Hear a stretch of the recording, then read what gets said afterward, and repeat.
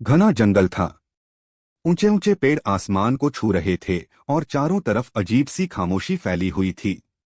लोग कहते थे कि इस जंगल में जो भी जाता है वह या तो बदलकर लौटता है या फिर कभी लौटकर नहीं आता। एक दिन एक थका हुआ मुसाफिर जिसका नाम आरव था उस जंगल के किनारे पहुंचा। उसके कंधे पर एक छोटा सा झोला था और चेहरे पर थकान साफ दिखाई दे रही थी।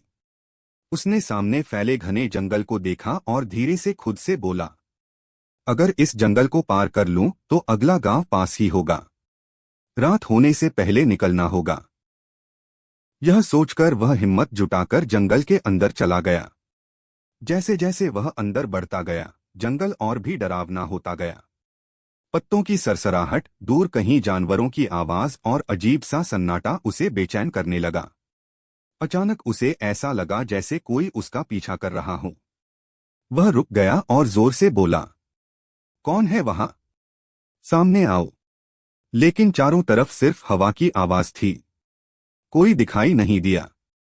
थोड़ी दूर चलने के बाद उसे एक बूढ़ा साधु दिखाई दिया जो एक पेड़ के नीचे शांति से बैठा। आरव उसके पास गया और बोला, आप यहाँ इस जंगल में अकेले क्या कर रहे हैं?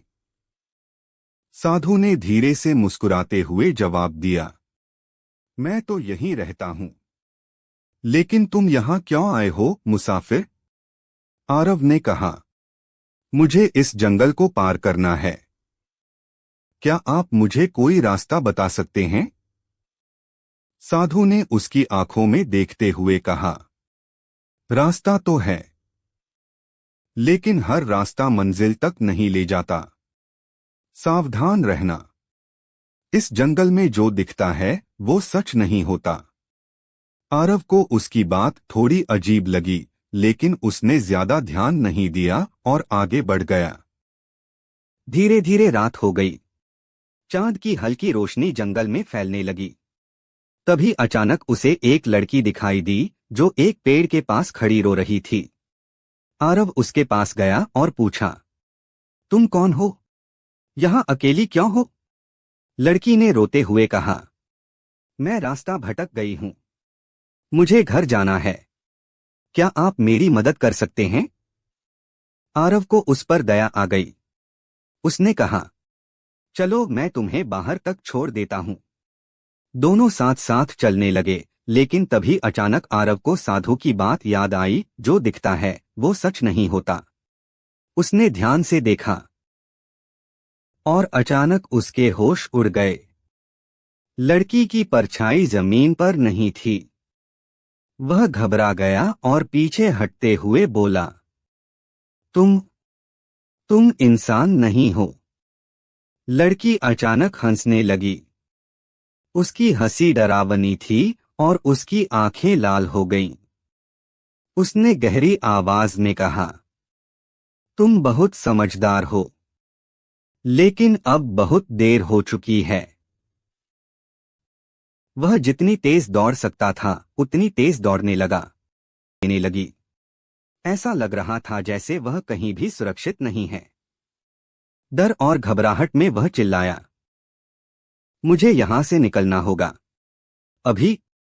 भागते भागते अचानक उसे वही साधु फिर से दिखाई दिया। आरव तुरंत उसके पास पहुंचा और बोला, बचाइए मुझे, वो मेरे पीछे है। साधु शांत खड़ा रहा और बोला, डरो मत, यह जंगल तुम्हारी हिम्मत को परख रहा है। अपनी आंखें बंद करो और अपने दिल की सुनो। आरव के पास और कोई रास्ता नहीं था। उसने अपनी आंखें बंद कर लीं और गहरी सांस ली। कुछ पल के लिए सब कुछ शांत हो गया। जब उसने धीरे धीरे अपनी आंखें खोलीं तो वह जंगल के बाहर खड़ा था। सामने सूरज उग रहा था और चारों तरफ रोशनी फैल रही थी। वह हैरानी से बोला, मैं बाहर आ गया। उसने पीछे मुड़कर जंगल की ओर देखा। अब वहां सब कुछ सामान्य लग रहा था, जैसे कुछ हुआ ही न हो। उस दिन के बाद आरव की जिंदगी बदल गई। उसने समझ लिया कि असली डर बाहर नहीं बल्कि हमारे अंदर होता है। और दोस्तों, अगर आपको आरव की ये कहानी पसंद आई हो तो इस वीडियो को लाइक जरूर करें। ऐसी ही दिलचस्प और सीख देने वाली कहानियों के लिए हमारे चैनल को सब्सक्राइब करना न भूलें। अपनी राय हमें कमेंट में जरूर बताएं, क्योंकि आपकी हर एक कमेंट हमें और बेहतर बनाने की प्रेरणा देती है। और इस कहानी को अपने दोस्तों के साथ शेयर करें, ताकि वो भी इस रहस्यमयी सफर का हिस्सा बन सकें।